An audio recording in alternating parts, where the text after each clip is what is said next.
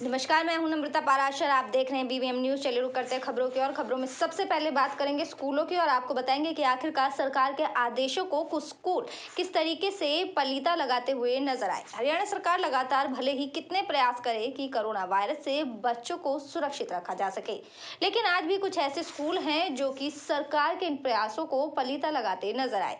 ऐसा ही वाकया बल्लभगढ़ के मेन बाजार में स्थित आदर्श शिक्षा निकेतन स्कूल में देखने को मिला, जब स्कूल में छठी क्लास से लेकर 9वीं क्लास तक के बच्चों को भी स्कूल में बुलाया हुआ था और ये सिलसिला पिछले कई दिनों से जारी था।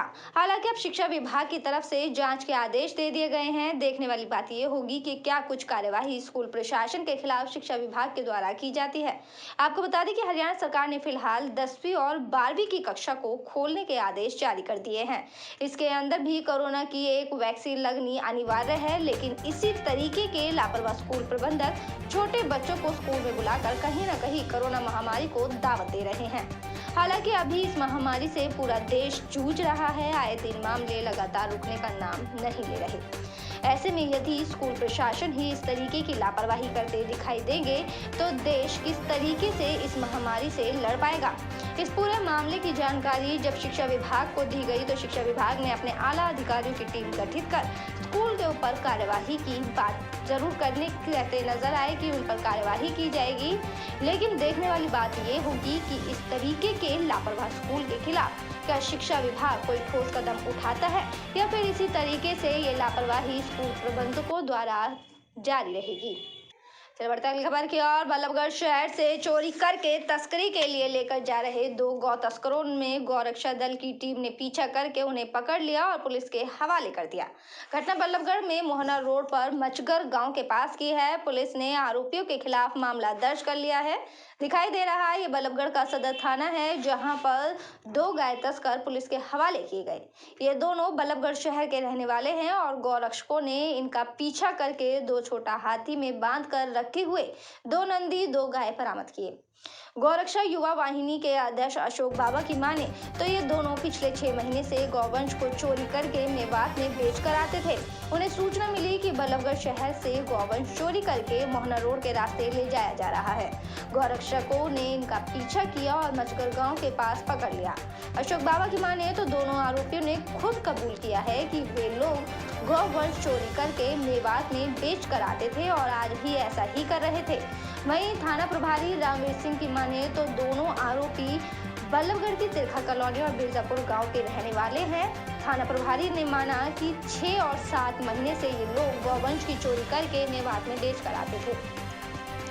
फिलहाल पुलिस मामले में जांच कर रही है और जल्द ही उन लोगों तक भी पहुंचा जाएगा जो इस सारे खेल को खेल रहे हैं। चलिए रुक करेंगे अगली खबर की ओर। फरीदाबाद के सेक्टर 14 में गटर की सफाई करते समय 2 सफाई कर्मियों की जहरीली गैस की चपेट में आने से मौत हो गई। बताया जाता है कि होटल मालिक ने इन्हें गटर साफ करने के लिए कहा था, जिस पर एक-एक करके दोनों गटर में उतरे, लेकिन जहरीली गैस की चपेट में आने से जिंदा बाहर नहीं आ पाए। हादसे के बाद मौके पर पहुंची पुलिस ने दोनों के शवों को सरकारी अस्पताल में भिजवा दिया है और मामले की जांच की जा रही है। सरकारी अस्पताल में दिखाई दे रहे ये शव मृतक सफाई कर्मी बलवीर और प्रदीप के हैं, जो एक होटल मालिक के कहने पर गटर में उतरे थे लेकिन जिंदा वापस नहीं लौटे।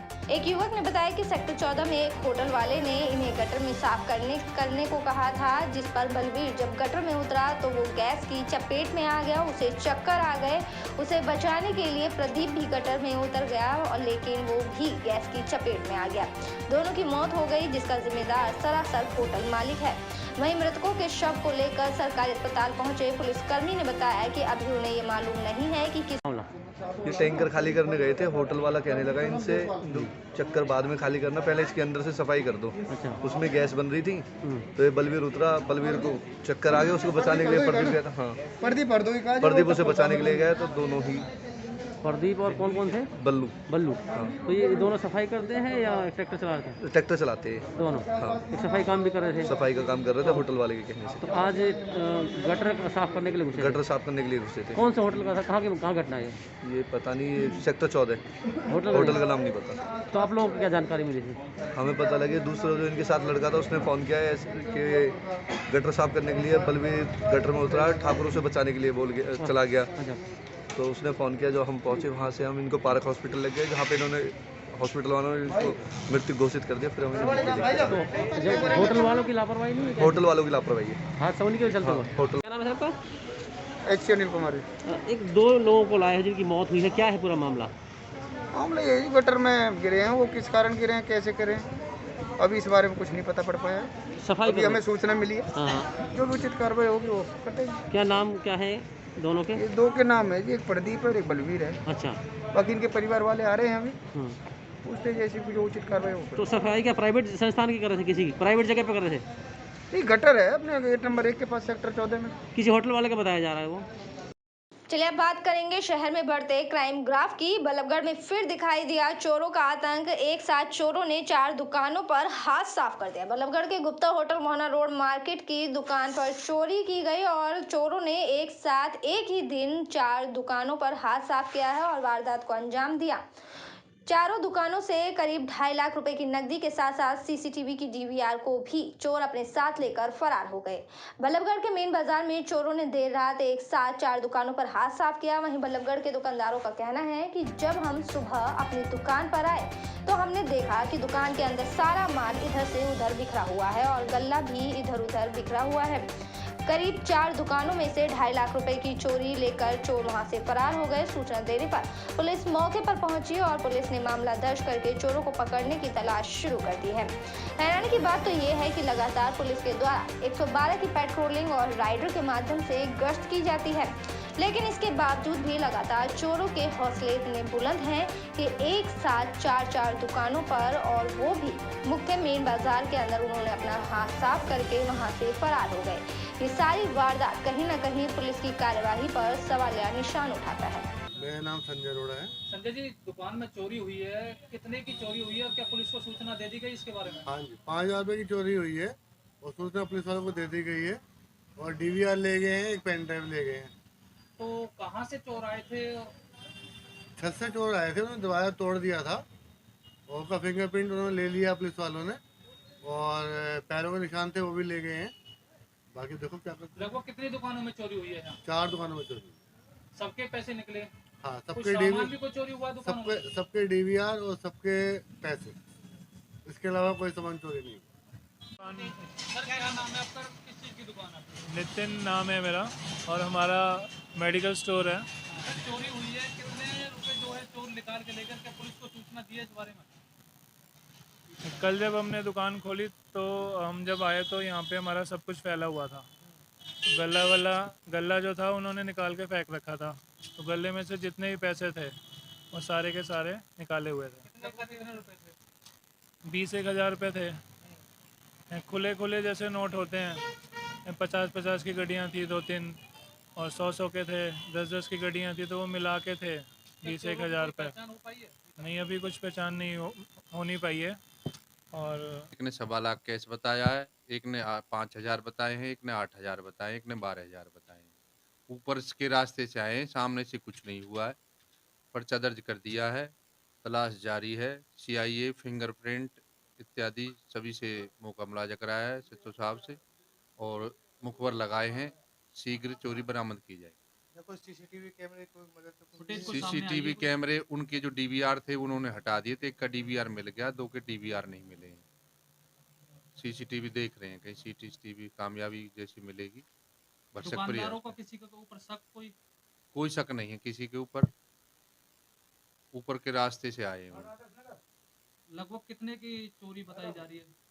अब वो तो एक तो 1.25 लाख की बताई है, एक ने 5,000 बताए, एक के चलिए बढ़ते अगली खबर की ओर। फैजाबाद में बदमाशों के हौसले इस कदर बुलंद हैं कि बदमाश दिन दहाड़े वारदात को अंजाम देने से भी नहीं चूक रहे। हद तो तब हो गई जब फैजाबाद के चंदावली गांव के सरपंच अंजू यादव के पिता गिरिराज यादव पर सोते हुए 5 से 7 हथियारबंद बदमाशों ने दिन दहाड़े घर में घुसकर उन पर हमला कर दिया। इतना ही नहीं, हथियारबंद बदमाशों ने सरपंच के पिता के साथ साथ घर पर काम कर रहे नौकर और मालिक के साथ भी जमकर मारपीट की।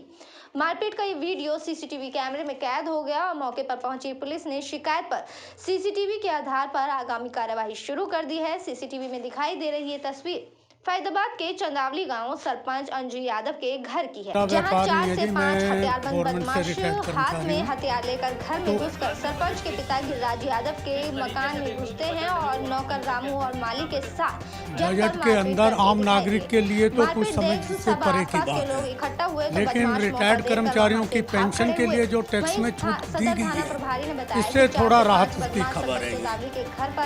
और फिर उसके अलावा जो गरीबों के लिए थोड़ा सा बजट में मकानों का किया गया, यही एक समझ में आ रहा है। कोई खास बात बजट बढ़िया लाता, मोदी तो बढ़िया ला रहा है और आज उम्मीद है फायदेमंद होगा। अंजू यादव ने का कहना है कि जब गांव के मौजूदा व्यक्ति ही गांव में सुरक्षित नहीं है तो आम व्यक्ति कैसे सुरक्षित होंगे।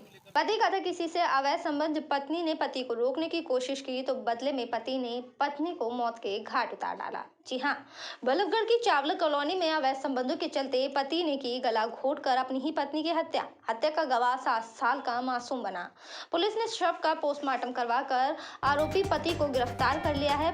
पति के किसी और महिला के साथ अवैध संबंध चल रहे थे। पति की हरकतों पर लगातार विरोध किए जाने पर पति ने पत्नी की ही चुन्नी से अपनी पत्नी का गला घोटकर उसकी हत्या कर दी और शव को घर की खिड़की से लटका दिया ताकि पुलिस इस पूरे मामले को आत्महत्या का रंग दे सके। वहीं इस पूरी घटना का चश्मदीद गवाह मृतक का 7 साल का मासूम बच्चा बना, जो उस समय घर पर ही था और अपने मम्मी पापा का झगड़ा होते हुए भी देख रहा था। उसने अपनी आंखों से अपने माँ बाप का झगड़ा देखा और उसी ने पूरा वाकया पुलिस को बताया तो पुलिस ने पति को हिरासत में लेकर पूछताछ शुरू कर दी है, जिसके बाद इस पूरे मामले से पर्दा उठाया गया। फिलहाल पुलिस ने आरोपी पति को हिरासत में ले लिया है और मामले की आगामी कार्यवाही शुरू कर दी है। पोषण कर रही, क्या कर रही, क्या नहीं कर रही। उन्हें लगभग 15 साल हुए जा रहे हैं, तब से इस लड़की को 2 रुपए ने खर्चा नहीं किया। यहाँ साल में पहुँच गए, 2 साल में पहुँच गए। इस वजह से ये लड़की यहाँ भेजी गई। तो भेजने पर भी यहाँ भी हमको बहुत सारी शिकायतें मिली। हम अपनी लड़की को समझाते रहे, कोई बात ना बेटा, समय पास करो अपना। बीते दिन आखिर क्या कुछ घटना घटी थी और कैसे आपको सूचना मिली कि क्या? हमको सूचना सवेरे मिली है, थाने से ही सूचना गई है, यहाँ से सूचना कुछ नहीं मिली हमें। थाने से वो कप्तान साहब ने फ़ोन किया है, तब हमको पता चला है, तब वहाँ से हम गाड़ी लेके अपनी यहाँ। क्या बताया गया था थाने की ओर से? थाने की ओर से ये बताया गया था तुम्हारी लड़की मार दी गई है और उस लड़के को हमने पकड़ के थाने में बंद कर दिया। कितने साल हो गए शादी को लड़की की? 10 साल के लगभग हो गए, 10-11 साल के लगभग हो गए। क्या लगातार इस तरह की शिकायत आ रही थी? लगातार झगड़े की, मारपीट से लगातार शिकायत आ रही। बड़ी बात है कि जो हत्या करने वाला वो कौन है? नहीं, मेरा दामाद है और ये लड़की है। ये लड़की है जो साथ में सुनीता, ये है। क्या लगती है ये? कुछ नहीं है, ये इसका अवैध संबंध है इससे। सत्यवान जी, बल्लभगढ़ की चावला कॉलोनी में एक महिला के मर्डर का मामला है, क्या है पूरा मामला सर? देखो, 31 नाइट को सूचना मिली थी कि एक अमीरा नाम की महिला ने फांसी लगा ली है। जिस सूचना पे हम मौके पे पहुंचे और एफएसएल टीम को बुलाया और घटनास्थल का निरीक्षण किया, तो उसके बाद उसके वारसान को सूचना दी गई। जो ये लेडीज़ पीछे एटा यूपी की रहने वाली है, तो उसके वारसान ने बताया कि इसका किसी लेडीज़ के साथ भी संबंध था, लड़ाई झगड़ा करता था ये इसका पति। तो मामला दर्ज कर लिया गया है और डेड बॉडी के पोस्टमार्टम कराने के बाद वारसान के हवाले डेड बॉडी कर दी है और कार्रवाई जारी है। सत्यवान जी, पूरे मामले में कोई अवैध संबंधों की बात भी जानकारी आ रही है क्या जी? हाँ, इनके वारसान ने ये एलिगेशन लगाया है कि इसका जो पड़ोस में लेडीज़ थी उसके साथ अवैध संबंध थे, इसकी जाँच चल रही है। संबंधित मामले में कोई मौजूदा गवाह भी मौजूद है? मृतका का जो छोटा लड़का है 7-8 साल का, वो उसी ने बताया है कि मैं यहाँ मौजूद था और मेरे पापा ने मेरे मम्मी के साथ ऐसे झगड़ा किया और चुन्नी से गला दबाया। चलिए रुक करेंगे अगली खबर की और। फैजाबाद के बल्लभगढ़ से ट्रांसपोर्ट नगर इलाके में शक्तिमान नाम की ट्रांसपोर्ट के अंदर काम करने वाले मुनीम की अधजली लाश मिलने से इलाके में हड़कंप मच गया। मौके पर पहुंची फॉरेंसिक टीम और पुलिस मामले की जांच में जुटी हुई है। आपकी टीवी स्क्रीन पर दिखाई दे रहा ये वही ट्रांसपोर्ट कंपनी है जिसके अंदर लाश मिली है। पड़ोस में ही काम करने वाले एक चौकीदार ने ट्रांसपोर्ट का दरवाजा खोला तो ट्रांसपोर्ट के अंदर काम करने वाले 32 वर्षीय मुनीम की अधजली लाश को देखकर पूरे इलाके में दहशत फैल गई। तुरंत इस पूरे वाकये की जानकारी पुलिस को दी गई, जिसके बाद मौके पर पहुंची फॉरेंसिक टीम और स्थानीय पुलिस ने पूरे इलाके की छानबीन शुरू कर दी है। हालांकि फिलहाल अभी स्पष्ट नहीं हो पाया है कि इस युवक की हत्या हुई है या ये किसी हादसे का शिकार हुआ है। मृतक मूल रूप से कानपुर का रहने वाला बताया जा रहा है, जो कि इसी ट्रांसपोर्ट के अंदर मुहिम का काम करता था। फिलहाल मृतक के शव का पोस्टमार्टम कराकर उसे फरीदाबाद के सिविल अस्पताल में भिजवा दिया गया है और ट्रांसपोर्ट नगर में लगे आसपास के सीसीटीवी कैमरे को खंगालना शुरू कर दिया गया है और मामले की आगामी कार्यवाही शुरू कर दी गई है। यहाँ पर सुबह 7 बजे कि ऐसा हुआ है, बहादुर ने शटर खोला। बहादुर हमारे ऑफिस में सोता है, दोनों भाई हैं, रिश्तेदार हैं, दोस्त हैं, कि आस पड़ोस के हैं, एक ही गांव के हैं।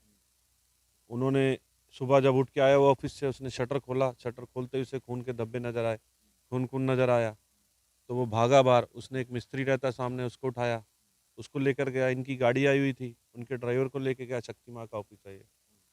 तो उन्होंने जाके देखा कि वहाँ केबिन में आग लगी है और वो सामने लड़का एक्सपायर हुआ पड़ा।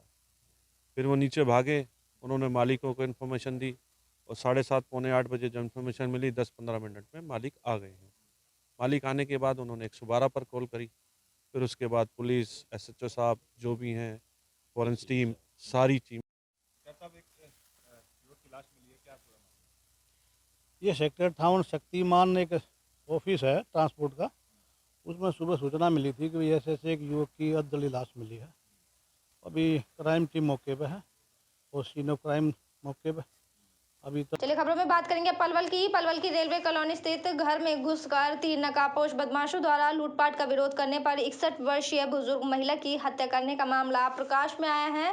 आरोपियों ने घर में मौजूद महिला सहित 3 बच्चों के हाथ पैर व मुंह पर भी टेप बांध दी और अलमारी में रखे हुए सोने चांदी के गहने, 2 फोन, ATM कार्ड व नकदी को लूटकर मौके से फरार हो गए। सूचना पाकर मौके पर पहुंची पुलिस ने शव को कब्जे में लेकर पोस्टमार्टम के लिए पलवल के नागरिक अस्पताल में भिजवा दिया और मामले की जांच में जुट गई है। रेलवे कॉलोनी निवासी मृतक महिला की बेटी प्रिया ने बताया कि वो रेलवे विभाग में 4th श्रेणी की कर्मचारी है और फरीदाबाद से रेलवे स्टेशन पर S&T डिपार्टमेंट में कार्यरत है। उसकी 2 बेटी और 1 बेटा है। वो पलवल की रेलवे कॉलोनी में बने क्वार्टरों में अपनी मां मीरा व बच्चों के साथ रहती है। वारदात के बाद पड़ोसियों ने बच्चे व मृतक महिला के हाथ, मुंह व पैर पे से टेप हटाया, तब तक मीरा मर चुकी थी। वहीं इस मामले में किटवाड़ी चौकी प्रभारी प्रीतम सिंह का कहना है कि उन्हें सूचना मिली थी और सूचना पाकर मौके पर पहुंची पुलिस टीम ने मामले की जांच शुरू कर दी है। पुलिस का कहना है कि मामले की गहनता से जांच की जा रही है। जांच में जो भी तथ्य पुलिस के हाथ लगते हैं उसी के आधार पर आगे की कार्यवाही की जाएगी। था जी, बच्चे वहाँ थे, उनसे नानी हमारी वाइफ वहीं थी जी, वो ही रहती है वहाँ पर। अच्छा, ये हमारे बच्ची चली जाती है 8:15 वाली सर ड्यूटी फरीदाबाद। उससे 15-20 मिनट बाद ही ये हुआ बताया मुझे। ये मेरा पड़ोसी है, वो बुलाने आया था। आप कहाँ पर थे उस समय? हाँ? आप कहाँ बैठे हुए थे उस समय? मैं मंदिर पर था। मंदिर पर था। मंदिर से आया ही था तो यहाँ बैठा हुआ था धूप में जी।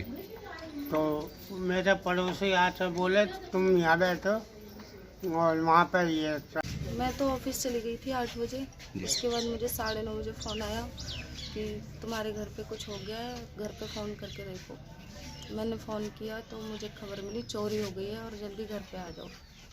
घर पे आके मैंने देखा कि मेरी मम्मी यहाँ पे मृत मिली है। मुझे बच्चों के मुंह पे टेप लगा रखा था और बच्चों ने देखा है जो कुछ भी देखा है, मेरी बेटी ने देखा है। तो कुछ चोरी में क्या क्या सामान लेके गए? चोरी में सोना, चांदी, पैसे, ATM, 2 फोन ले गए। कितने पैसे, कितने सोना था? सर इसका अंदाजा। कितने समय से आप फ्लैट में रह रहे हैं? मम्मी का भी था। कितने समय से आप फ्लैट का मामला सामने आया है। अभी दरखास्त प्राप्त हुई है, कार्रवाई जारी है। तफ्तीश के दौरान जो तथ्य सामने आएंगे उनके आधार पर शीघ्र इसका निपटारा किया जाएगा। क्या शिकायत दी है, क्या है शिकायत में? शिकायत में हत्या का मामला है। आपको अभी थोड़ी देर बाद हर चीज़ से रूबरू कराया जाएगा। अभी जांच जारी है और पोस्टमार्टम की अभी कार्रवाई चल रही है। कुछ सुराग लग पाया या कौन थे? अभी आपको थोड़ी देर बाद रूबरू होंगे आपसे। कोई बताया जा रहा बच्चे और मृतक के मुंह वगैरह अभी टेप आपसे से थोड़ी बांध देर बाद दिए रूबरू होंगे, सारी चीज़ें बताएंगे। मेरे साथ खबरों में फिलहाल इतना ही। आप बने रहे BVM न्यूज़ के साथ। फिलहाल मुझे दीजिए इजाज़त। नमस्कार।